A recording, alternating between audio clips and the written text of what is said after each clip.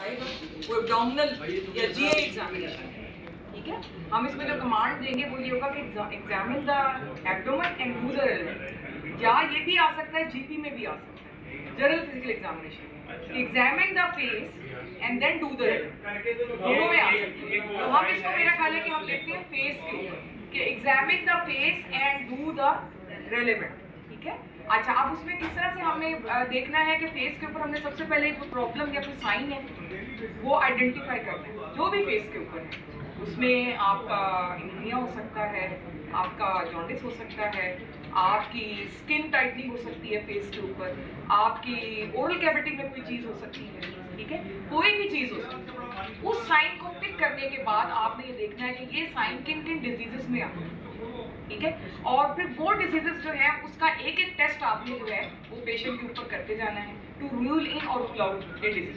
For example, अगर एक मरीज को पेलर है, मैंने एक कमांड दी कि examine the face in to the relevant, और आईज के एग्जामिनेशन पे कैंडिडेट ने पिक किया कि इसको पेलर है और कुछ नहीं, तो अब पेलर के हिसाब से हमने आगे मूव किया।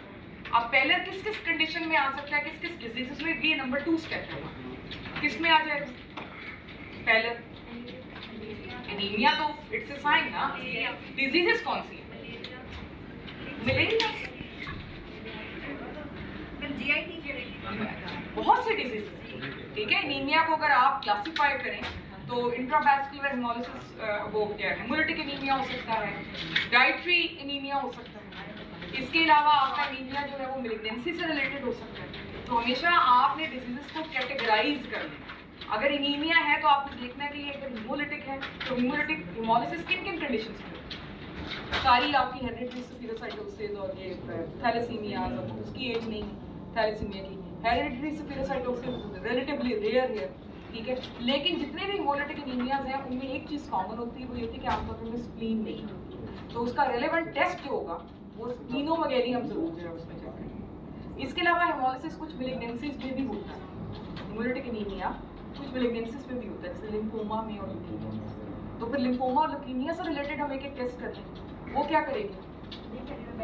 लिम्फेडिनोपैथी चेक करेंगे हम, और लिवर भी चेक कर लेंगे, स्प्लीन हम पहले चेक कर लेंगे, ठीक है। फिर उसके बाद आ जाती है डाइटरी डेफिशिएंसी। डाइटरी डेफिशिएंसीज के अंदर हमें क्या मिलेगा? नेल्स के ऊपर आप चेक कर सकते हैं, कोइलोनिकिया, नीचे स्पून शेप नेल्स होते हैं, ये एंगुलर किलाइटिस होता है, तो ये आप चेक कर लेंगे। ये डाइटरी आ जाती है। और फिर आ जाती है मैलिग्नेंसीज, उसमें फिर वही लिम्फोमा और ल्यूकीमिया।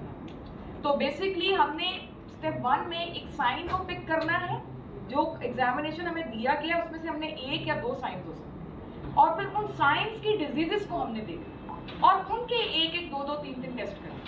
लेकिन पहले हमने जो कमांड हमें मिलेगी वो पूरा उसका एग्जामिनेशन कर लेना है, आफ्टरवर्ड्स हमने ये करना, ठीक है।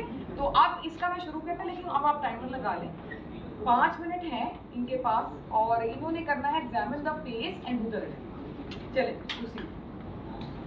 अस्सलाम वालेकुम, मेरा नाम डॉक्टर उस्मान है। मैंने आपका मुआयना करना है, तो इस दौरान अगर आपको तकलीफ हो या दर्द हो तो आप मुझे बता दीजिए, तो हम मुआयना वहीं पर रोक देंगे।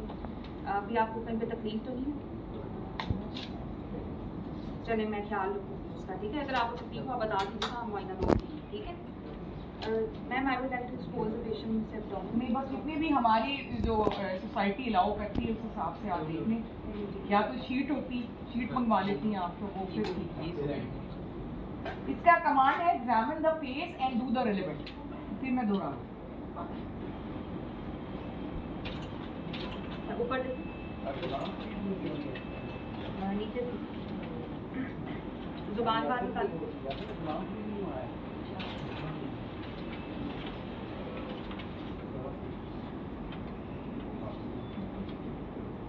इधर मुंह कीजिएगा, इस तरफ, शाबाश। अब इधर मुंह करें,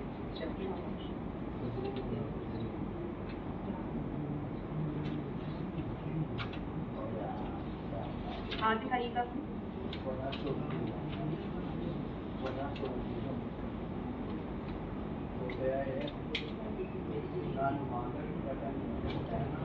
ऐसे हाथ कीजिएगा।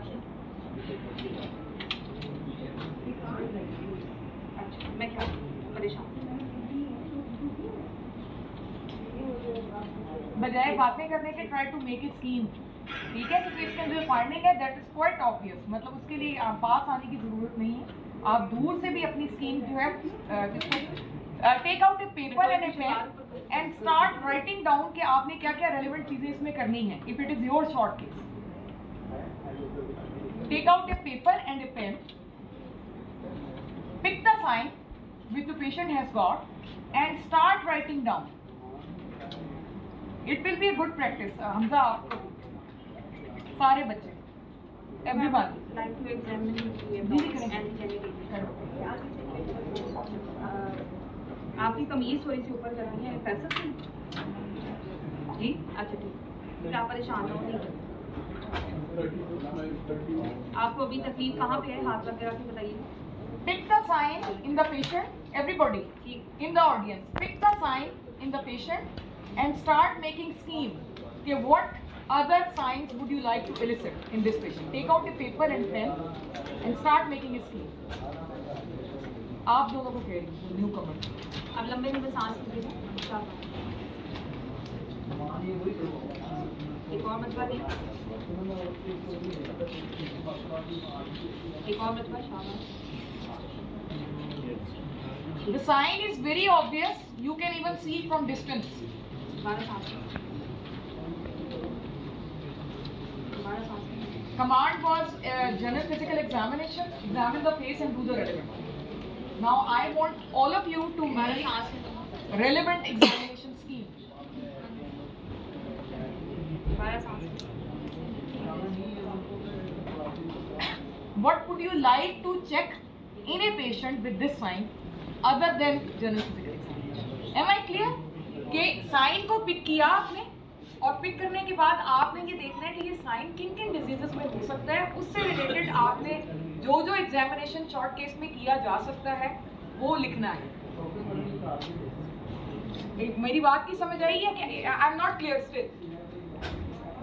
साइन इसमें नजर आ रहा है सारे बच्चों को? आई होप कि इवन हाउस ऑफिसर्स के लिए और फाइनल ईयर के लिए भी the sign is very obvious, ठीक है। And then you have to write down कि हमने इसमें और क्या क्या चीजें देखनी है, to think about what she is actually suffering from, to reach a diagnosis और टू रीच ए डीडी। जिसको नहीं समझ आई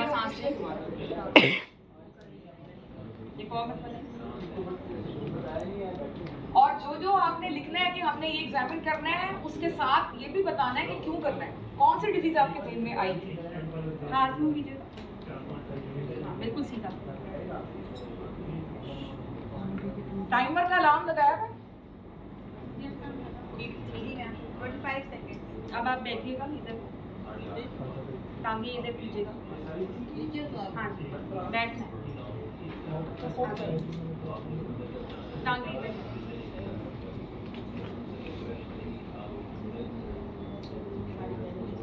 5 मिनट्स लगाए, आप नीचे टाइमर लगाया। 25 seconds left.